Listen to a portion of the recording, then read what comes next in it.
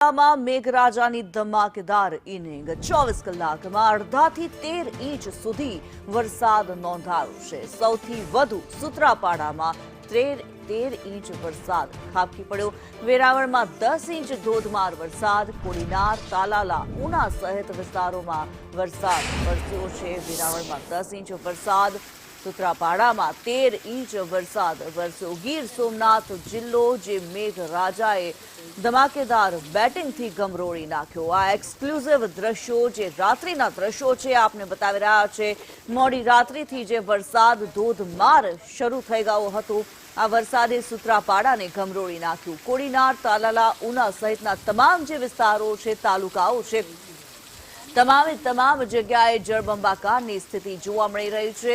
મેઘરાજા મુશળધાર વરસ્યા છે અને આ એક્સક્લુઝિવ દ્રશ્યો આપને સંદેશ ન્યૂઝ પર અમે આપને બતાવી રહ્યા છીએ। રાકેશ પરડવા વધુ વિગતો જણાવી રહ્યા છે, કેવી પરિસ્થિતિ છે અત્યારે વરસાદની ગીર સોમનાથમાં। જી રાકેશ।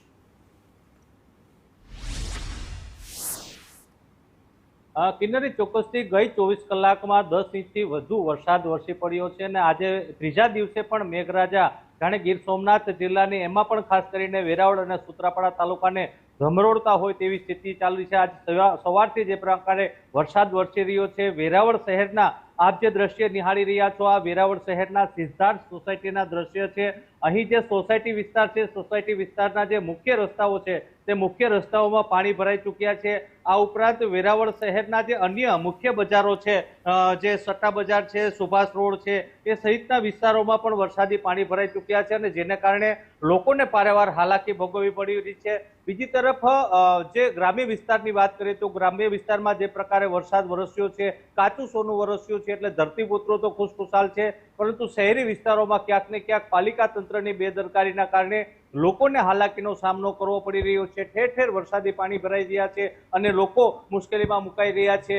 અકસ્માતોની પણ સંખ્યાઓ વધી રહી છે। ગઈકાલે 2 જગ્યાએ ખુલ્લી ગટરમાં પડી જતા લોકો ઈજાગ્રસ્ત થયા હતા। એટલે કહી શકાય કે ગીર સોમનાથ જિલ્લામાં આજે ત્રીજા દિવસે પણ મેઘરાજા મન મૂકીને વરસી રહ્યા છે અને લોકોમાં ખુશીનો માહોલ જોવા મળી રહ્યો છે। જી, ધન્યવાદ રાકેશ આ માહિતી માટે।